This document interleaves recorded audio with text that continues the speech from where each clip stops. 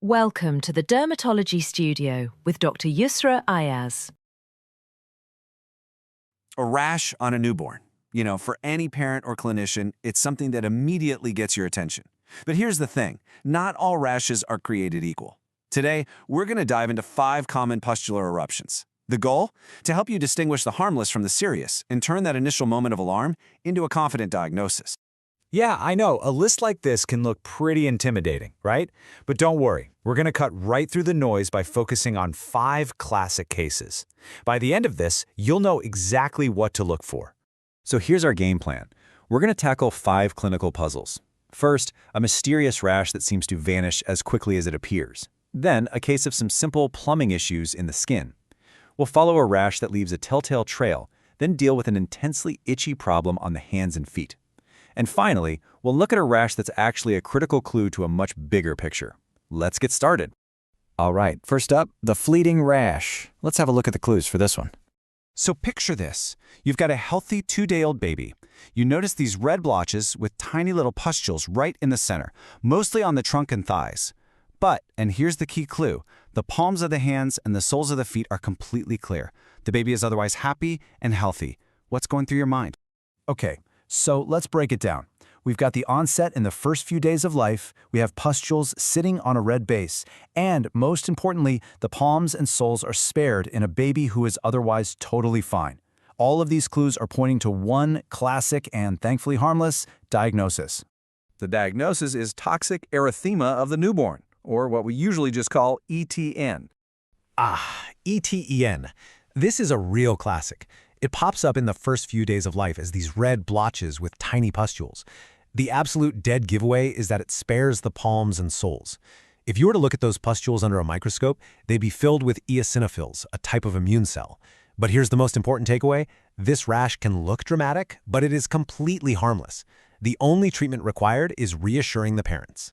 So our first case was an immune reaction. Now let's switch gears and look at a rash that's caused by something much simpler, blocked sweat ducts. But what's interesting is that depending on where that block happens, the rash can look surprisingly different.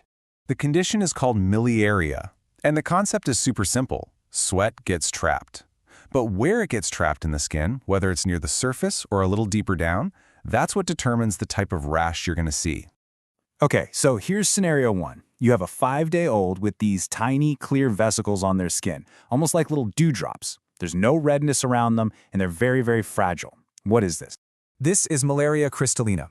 What's happening here is that the blockage is in the stratum corneum, the very, very top layer of the skin, and that's exactly why the vesicles are so superficial and clear. It's just a little bit of sweat trapped right beneath the surface. Now, what if that blockage is deeper? Imagine a baby in a warm environment, maybe an overheated nursery. But this time, instead of clear vesicles, you see red bumps, especially in those heat-prone areas like the neck folds and armpits. What's going on now? This is Miliaria rubra, which you probably know better as prickly heat. In this case, the blockage is deeper in the skin. The trapped sweat actually leaks into the surrounding tissue, and that triggers an inflammatory response, creating those classic red bumps. So the key to managing both forms of miliaria isn't some cream or medication. It's all about the environment. The goal is simple: reduce sweating. Moving the baby to a cooler room and taking off a few layers of clothing are usually all it takes for the rash to resolve on its own. Our third case is really all about the evolution. This is a rash that leaves a very specific clue behind long after it's gone. This sequence here is absolutely everything. A baby is born with these little pustules, but there's no redness around them at all. Then they rupture, leaving a little ring of scale, and after that, a dark spot remains. This very specific evolution points to only one diagnosis. Do you know what it is? This is Transient Neonatal Pustular Melanosis, or TNPM for short. And the name itself tells you the key features. It's transient, meaning it goes away. It's pustular, and it involves melanin, or pigment. What's so fascinating here is that unique progression, from a pustule to a little bit of scale to a dark spot. That is your diagnostic key. And notice 2 really big differences from ETN. TNPM is present at birth, and it can show up on the palms and soles. But just like ETN, it's completely benign and requires no treatment at all. Okay, time for our 4th puzzle. Now this rash breaks a few of the rules we've seen so far. It shows up a bit later, it's in a very specific location, and it comes with one major symptom that causes a whole lot of distress. So now we're looking at a slightly older infant, maybe around 3 months old.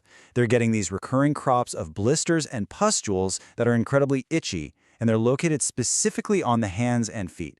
This one is miserable for the baby. So what do we do? The diagnosis is infantile acropustulosis, and the acro part of that name means extremities, which is the dead giveaway for this condition. It's all about the hands and feet. This rash comes in these recurrent waves, evolving from bumps to blisters to pustules in about 24 hours. But the defining feature, the thing that makes it stand out, is the intense itch. And this is a really crucial shift for us. We've moved from conditions that just need reassurance to one that absolutely requires treatment, in this case with potent topical steroids to give that baby some relief. And for our final case, we have a rash that is more than just skin deep. This one is a critical clue that points to a much more significant underlying condition.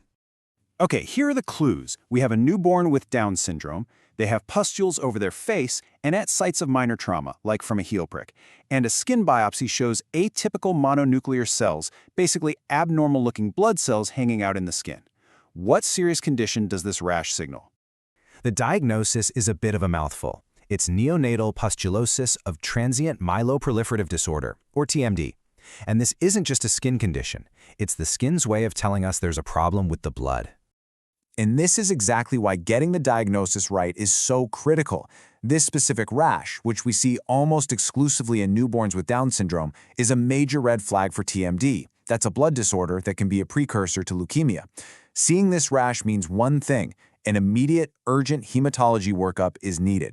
Okay, wow, that was a lot. Let's consolidate everything with a quick summary so you can easily distinguish these 5 conditions when you see them.